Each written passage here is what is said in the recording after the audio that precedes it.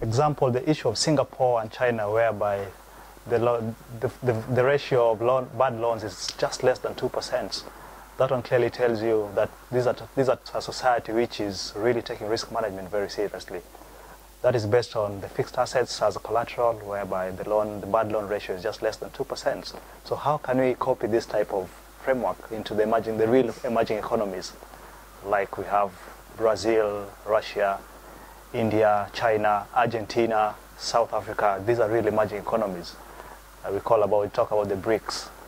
And if it's just less than 2%, the ratio of the bad loans, there has to be something they're doing right. So the climate is getting so complex in terms of the landscape is getting more complex. The deals are becoming more complicated. People are becoming more intelligent in terms of forming all kinds of exotic assets and toxic assets whereby you can't even define them.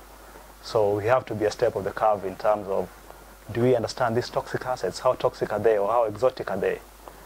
So we need to come on board with the front office people who structure the deals with the bank, and understand and ensure that they form scenarios, worst case scenarios in terms of the liquidity of them, in terms of forecasting issues of population or underpopulation, issues of employment or overemployment or underemployment. How will they affect the product?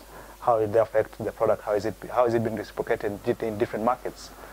So we have our stake on the table. There's still so much to be done in terms of emerging economies. Their risk management, they need to invest in infrastructure, which is a key part in risk management. We have to, and we have no choice. We have to invest in infrastructure in terms of the systems, in terms of the data. We are only as good as the data we have. We'll never say that we are managing our risks if we don't have the data to back it up. So we have to invest in infrastructure. If not invest in infrastructure, we have to invest in the people it recruits. They have to be people who are really keen and have a passion to be risk managers. Risk management needs a passion. Somebody who is able to view the climate and think 360 view.